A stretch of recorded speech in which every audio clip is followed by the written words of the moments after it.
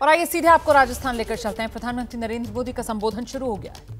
दिया आज चित्तौड़गढ़ में 7,200 करोड़ रुपए के जिन प्रोजेक्ट का शुभारंभ हुआ है उसमें भी इसका प्रतिबिंब है। साथियों, गैस बेस्ड इकोनॉमी का आधार मजबूत करने के लिए देश में गैस पाइपलाइन नेटवर्क बिछाने का अभूतपूर्व अभियान चल रहा है। मेहसाना से भटिंडा तक की गैस पाइपलाइन बिछाई जा रही है। इस पाइपलाइन से पाली हनुमानगढ़ सेक्शन का आज लोकार्पण किया गया है। इससे राजस्थान में इंडस्ट्री का विस्तार होगा, हजारों नए रोजगार बनेंगे। इससे बहनों के किचन में पाइप से सस्ती गैस पहुंचाने का हमारा अभियान भी तेज होगा। साथियों, आज यहां रेलवे और सड़क से जुड़े महत्वपूर्ण प्रोजेक्ट का लोकार्पण भी हुआ है। इन सारी सुविधाओं से मेवाड़ की जनता का जीवन आसान होगा, यहां रोजगार के नए अवसर बनेंगे। ट्रिपल आईटी का नया कैंपस बनने से एजुकेशन हब के रूप में कोटा की पहचान और सशक्त होगी।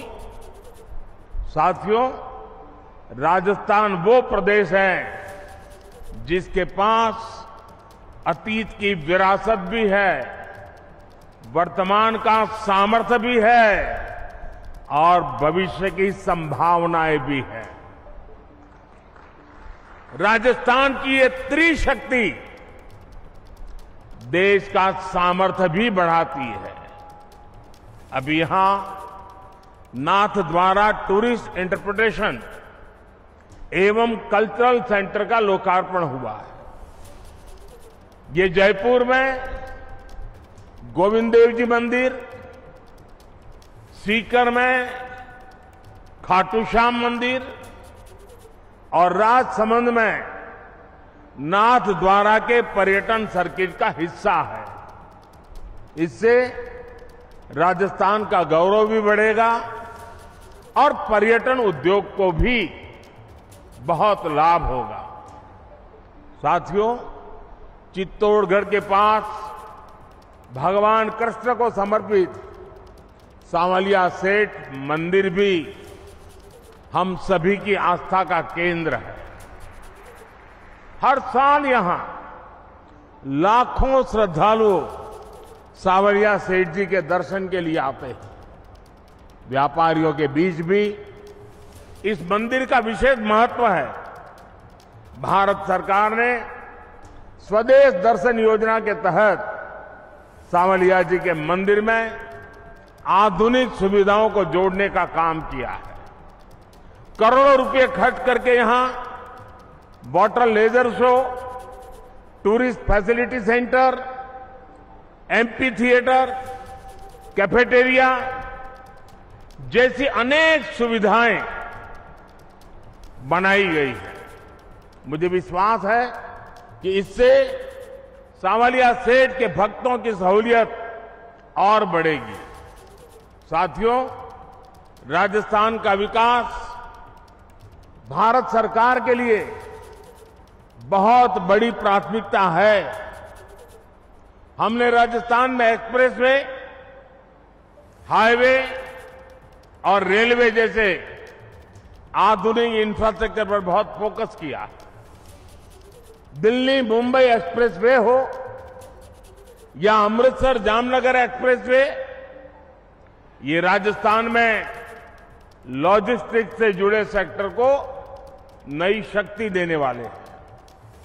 अभी कुछ दिन पहले ही उदयपुर जयपुर वंदे भारत ट्रेन भी शुरू हुई है।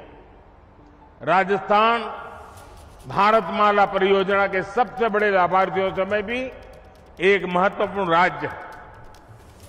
साथियों, राजस्थान का इतिहास हमें सिखाता है कि हमें वीरता, वैभव और विकास को एक साथ लेकर आगे बढ़ना चाहिए। आज का भारत भी इसी संकल्प को लेकर के आगे बढ़ रहा है। हम सबके प्रयास से विकसित भारत के निर्माण में जुटे हैं।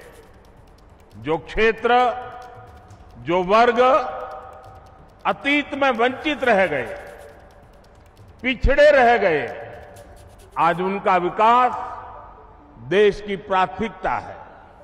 इसलिए बीते 5 वर्षों से देश में आकांक्षी जिला प्रोग्राम सफलता के साथ चल रहा है। मेवाड़ के, राजस्थान के भी अनेक जिलों का इस अभियान के तहत विकास किया जा रहा है। अब तो केंद्र सरकार इस कार्यक्रम को एक कदम आगे लेकर चली गई है। अब हम आकांक्षी ब्लॉक्स की पहचान कर उनके तेज विकास पर फोकस कर रहे हैं। आने वाले समय में इस अभियान के तहत राजस्थान के भी अनेक ब्लॉक्स का विकास किया जाएगा। वंचितों को वरीयता, इस संकल्प को लेकर के केंद्र सरकार ने वाइब्रेंट विलेज प्रोग्राम भी शुरू किया है। जिन सीमावर्ती गांवों को इतने सालों तक हमने आखिरी गांव माना जाता था, अब हम उन्हें पहला गांव मानकर विकास कर रहे हैं। इसका बहुत अधिक लाभ राजस्थान के दर्जनों सीमावर्ती गांवों को मिलना तय है। मैं ऐसे ही विषयों पर अब से कुछ मिनट बाद और विस्तार से, जरा खुले मैदान में बात करने का और मजा होता है। यहां कुछ बंधनों में बंधे रहना पड़ता है, तो काफी बातें वहां करूंगा। राजस्थान के विकास के हमारे संकल्पों को तेजी से सिद्धि मिले, इसी कामना के साथ मेवाड़ वासियों को नए प्रोजेक्ट के लिए अनेक अनेक बधाई देता हूं। आप सबका बहुत बहुत धन्यवाद।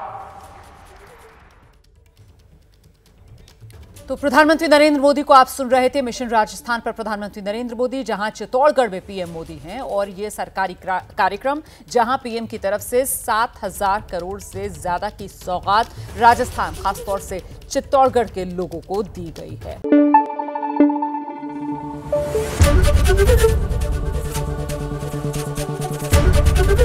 एबीपी न्यूज आपको रखे आगे।